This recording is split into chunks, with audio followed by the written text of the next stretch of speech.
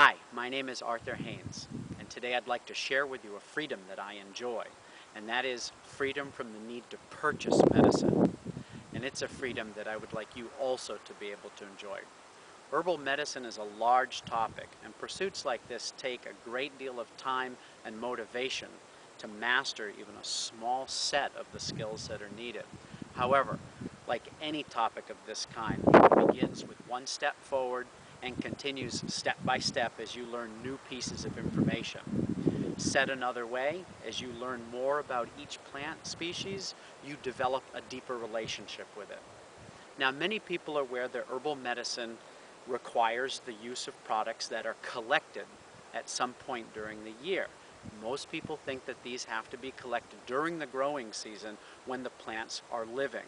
And in fact, that's not entirely true, because woody plants, like the shrubs that you see behind me, actually do have living tissue above the ground during the winter season.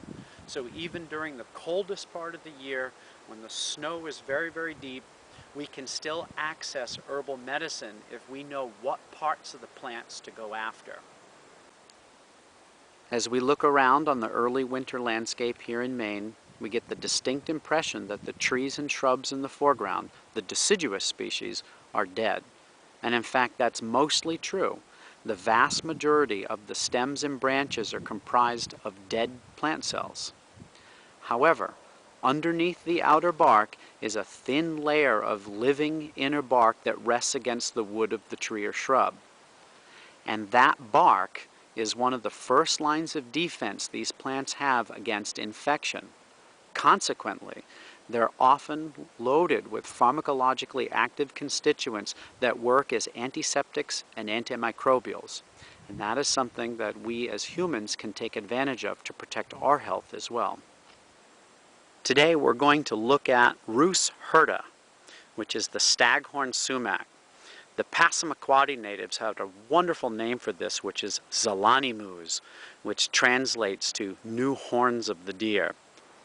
Staghorn sumac is a little used plant in modern herbal medicine, but that's unfortunate because it is a very effective antimicrobial with activity against bacteria, fungi, and viruses.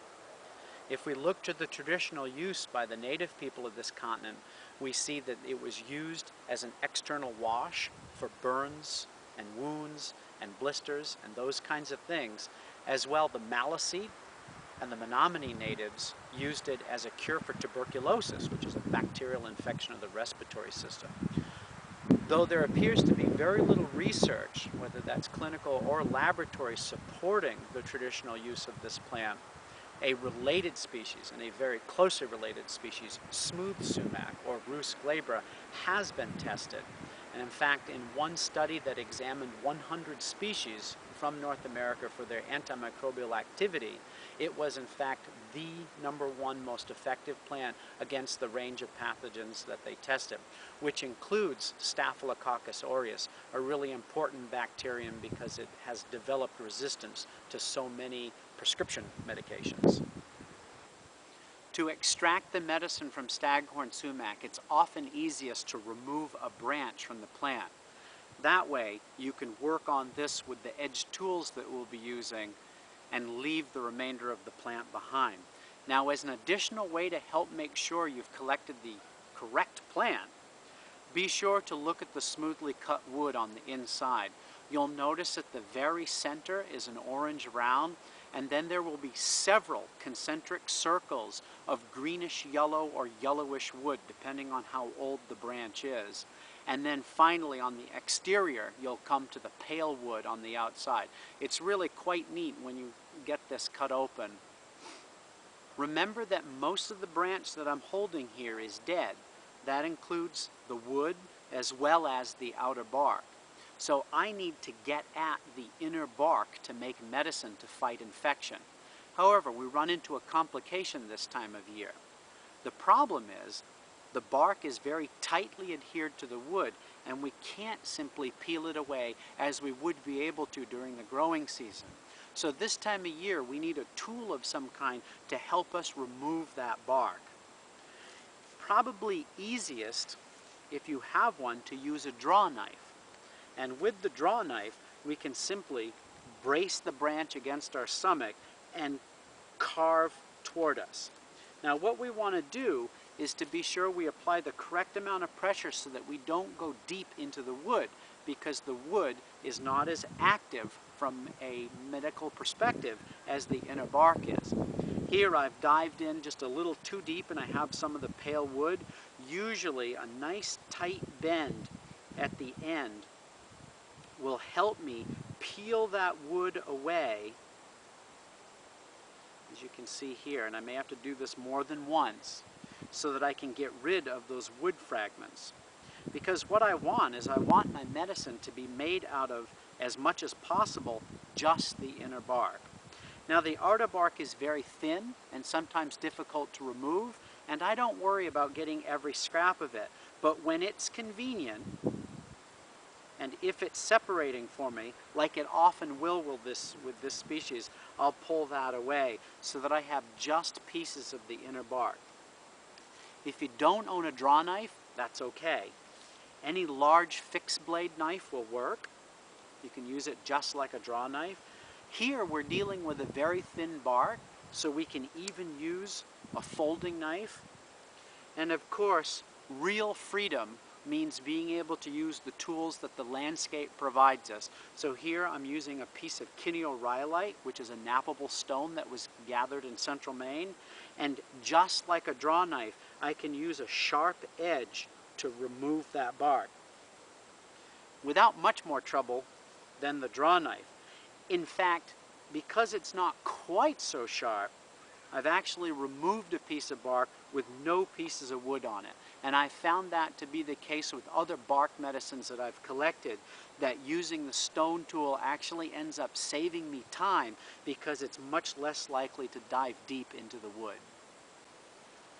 One of the things that makes plants so approachable as food and medicine is that they are sedentary.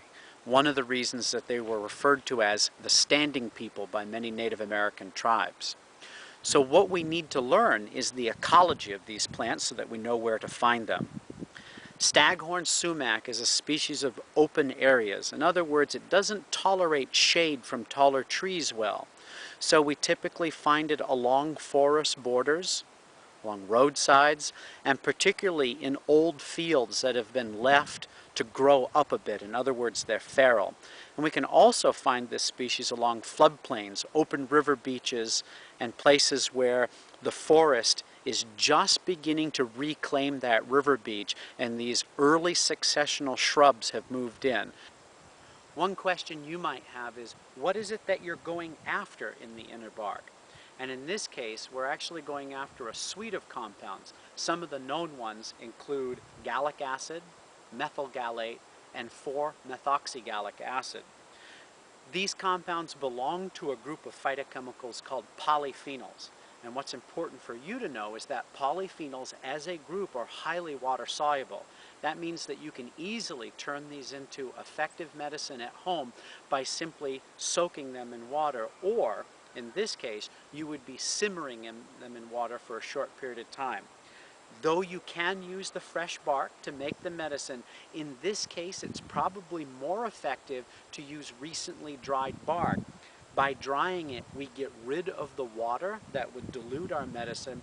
As well, we shrink cells in drying, and then we expand and rupture them again when they hydrate during the simmering process, so it helps to extract more of those compounds that are found within the cells. Once you've gathered the inner bark, you can store it, once it has been dried, in a closed container for as much as a year and still retain its active medicinal qualities. If you gather it this time of year, simply lay it out on a tray and place it in the warmest part of your house or next to the heat source, whether that's a wood stove or some appliance that has forced hot air, to help get it to a dried state where it will be stable.